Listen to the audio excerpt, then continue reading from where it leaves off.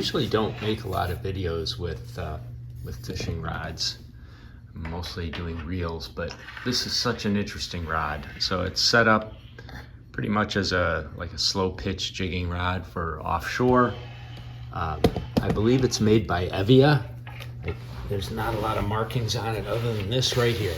This is called a T-Power butt. Look at this. It's spring-loaded, and you can pivot the standard gimbal butt end so that if you hook into something big, you're not sticking the gimbal butt into your gut. You can pull that, pivot it, and then you have a nice surface here for putting some extra power onto it. Really interesting, quite a feature.